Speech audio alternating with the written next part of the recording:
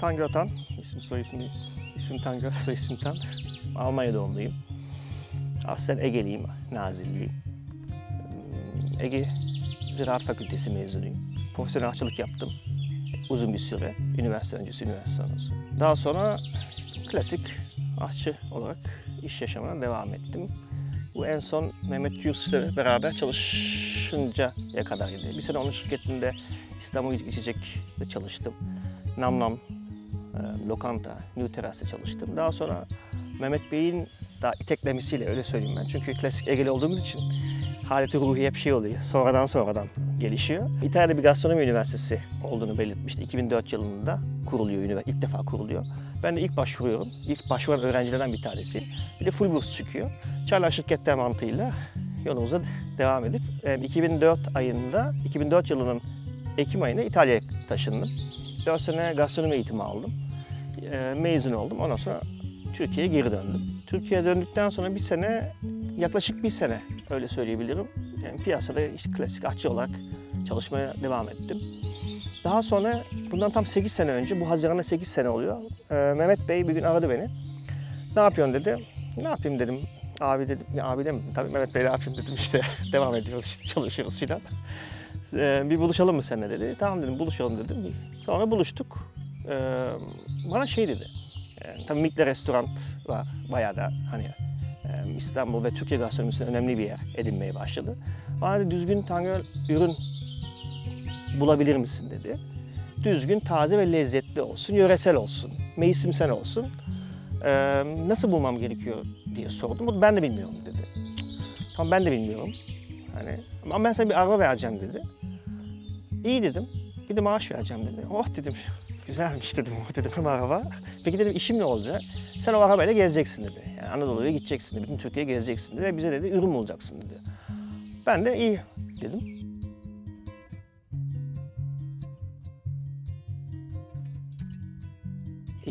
Kaç 2009 olması gerekiyor. Tabii 2009 yılıydı.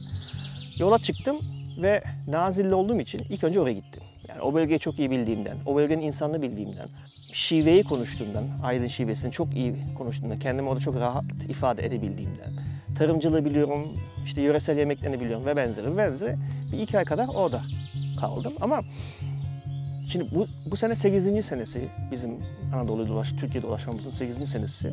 Ama ilk 2 sene hakikaten şeydi bizim için. Yani kör tadım gibiydi. Şimdi nereye gideceğimizi bilmiyoruz. İzleyebileceğimiz bir insan yok.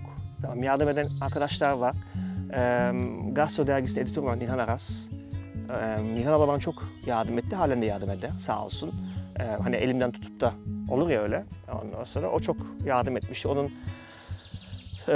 paylaştığı bilgileri ışığında da hareket ettik çok.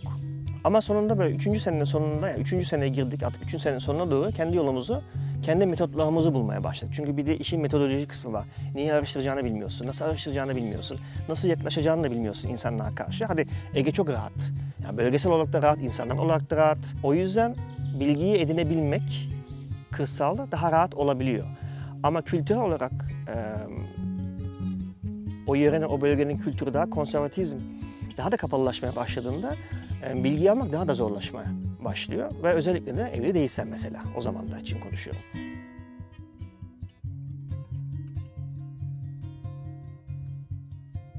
Üç senenin sonunda yavaş yavaş artık yani bir palazlanmaya başladık. Tabii bu sırada artık şeyi de yapmaya başladık. Şimdi düzgün ürünü veya lezzetli ürünü bulabilmek için ilk önce onu üreten insanı bulman gerekiyor. O insanın da mefhum olarak o perspektifte olması gerekiyor.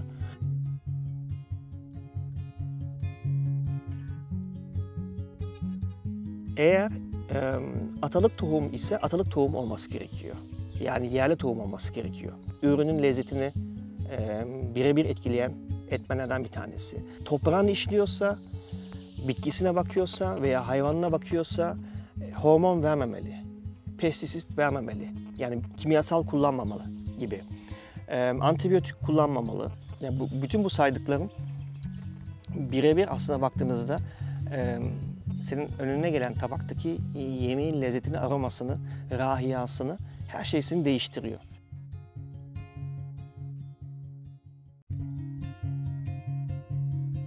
Yavaş yavaş biz onları sorgulamaya başladık. Yani tamam Tangöre çiftçi keçi boynuzu üretiyor ama nasıl üretiyor? Hangi bölgede üretiyor? Hangi coğrafyada, oranın iklimi nedir?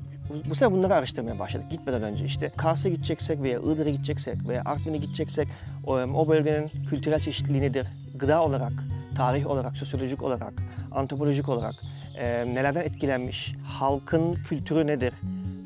Hangi dili konuşuyorlar?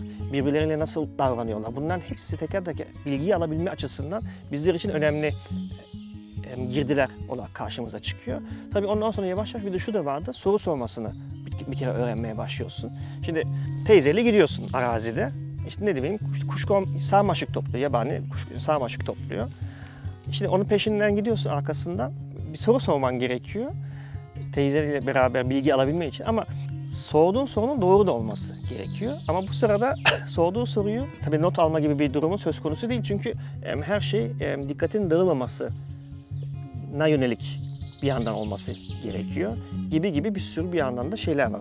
Ufak tefek ince işler var.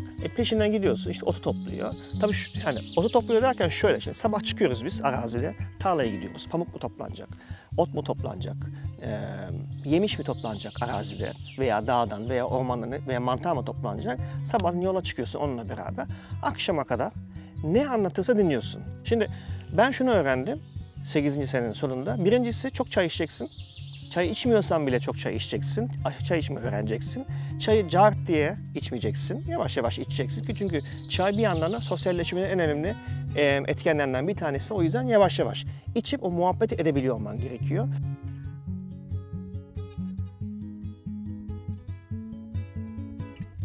Muhabbet ederken teyze devamlı konuşuyor. Çünkü sen dıştan gelmişsin, dışarılıklısın sen. Yabancısın, dışarılıklı olduğun için anlatma ihtiyacı var. Kimse dinlememiş kadını. Yukarıdan gelip de kimse onunla ilgilenmemiş. Şimdi sen geliyorsun orada, böyle anlatıyor. Akşam oluyor, anlatıyor. Yemekler yeniyor, eve gidiliyor. Eve gidilirken, evde yemek yenirken topladığı mantarı nasıl işlediğini görüyorsun. 8 sene boyunca ben toplam 12 kere otelde kaldım. Hiç otelde kalmadım. Çünkü her gittiğimde oğlum gel sen nereye gideceksin? İşte akşam otele gideceğim ben teyze. Ya sen otele gitme, sen gel bizde kal. Ondan sonra orada çünkü bir de ev ortamında o ürünü nasıl dönüştürdüklerini görüyorsunuz. Nasıl yemek yapıyorlar? Hangi başka baharatları veya yağ çeşidini koyuyorlar? Hangi ekipmanı kullanıyorlar? Ne bileyim kaç dakika ve pişiyor gibi de bunları öğreniyorsun. Ama bu arada gene şey yok. Not tutayım, bir dakika 2 fotoğraf çekeyim, kamerayla kayıt alayım yapamıyorsun. Çünkü yaptığın ekstra hareket veya efor senin o bilgiyi kaybetmeni sağlıyor. Akşam kadar dinliyorsun. İşte ikinci altın kural, hatta bence birincisi bu olması gerekiyor. Bir kere sabırlı olmayı öğreniyorsun ve dinlemesini öğreniyorsun. İnsanları dinlemen gerekiyor. O insanları dinlemen, sabırla dinlemen gerekiyor. Ve akşam olduğunda bilgisayarı açıp anlattığı her şeyi bir kere hatırlaman gerekiyor.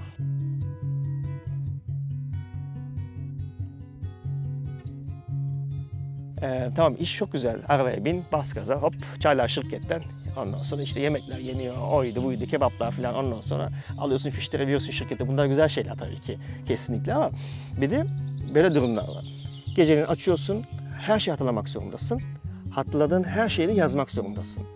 Şimdi bu işin birinci kısmı, bir de ikinci kısmı var yazmada. Ondan sonra cımbız ayıklamaya başlıyorsun.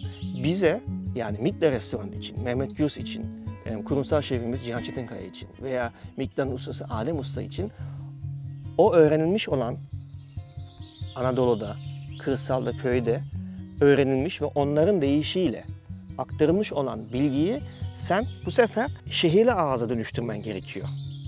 Şimdi bir de o yönü var. Cımbızla ayıklıyorsun, bir rapor daha hazırlıyorsun. Hatta ona rapor diyelim biz. Yani bir rapor daha hazırlıyorsun. A4 formatında yazıyorsun. İşte şöyle yapıyorlardı, böyle işte şurada kullanıyor. Yöresel ismi budur. Atalık tohum. Yani şu bilgi bile bizim için çok önemli. Ailenin çocuğu var mı? Ailenin çocuğu var ve ailenin çocuğu aynı zamanda hayvancılığı devam ettiriyor. Bu o ürünün birincisi sürdürülebilir olmasını sağlıyor. İkincisi eğer aynı kafadalarsa ekolojik olarak yani toprağına temiz bakıyor, ilaç vermiyor, hormon ve benzeri demin bahsettiğim şeyler. O da o kafadaysa bu aynı zamanda o ürünün lezzet açısından sürdürülebilir olması sağlıyor. Siz kırsala gittiğinizde her üreticinin ürünü dünyanın en güzel ürünü. İstisnasız. Çünkü hepsi onlar için, kendileri için ailenin bir parçası gibi. Yani keçi sadece keçi değil onlar için. Keçi ondan yaşamını devam ettiren ailenin önemli bir ferdi ve ona o gözle bakıyorlar. Ve bu bizim aradığımız da bu aslında. O gözle baktığında ve o gözle o keçiden sağlanan sütten elde edilen peynir de o zaman ona göre oluyor. Sen onu elde etmeye gayreti peşindesin. Ama dediğim gibi yani çok fazla şey var orada, etmen var. Devamlılık açısından çok fazla etken var. Bir de yani mikro ölçeğinde biz yani tonla ürün almıyoruz. Şimdi bir de şu var, o rapor yazıldı. Ondan sonra üründen bir parça alıp gönderiyoruz. Kargoya veriyorum ben. Hop ertesi gün veya 2 gün sonra işte mikroda oluyor. Tadına bakıyorlar. Çok güzel. Biz bunu kullanırız diyorlar veya kullanmayız diyorlar. Şimdi onu da aktarmak gerekiyor köylüye. Çünkü iyi görüyor. Arabayla köye gelmiş birisi 34 plaka yazıyor. 5 ton elma alacak diye düşünebiliyor. Ki bizim aldığımız elma genelde bir çuvalın üstüne çıkmıyor ve çok gerçekten mevsimsel olarak çalışıyoruz. Menü de ona göre değişiyor. 3 ayda bir neredeyse menü değişiyor. Arada bir de geçiş ürünler oluyor. O geçiş ürünlerini de koymaya çalışıyoruz. O yüzden o algıyı ilk tanıştığında çok iyi oturtturmak gerekiyor. Tamam, ben geldim, seni tanımaya geldim, dinlemeye geldim, ürünü görmeye, ürünü öğrenmeye geldim. Çok güzel. Ama bundan ben 80 ton almayacağım. 50 kilo peynir alacağım ben.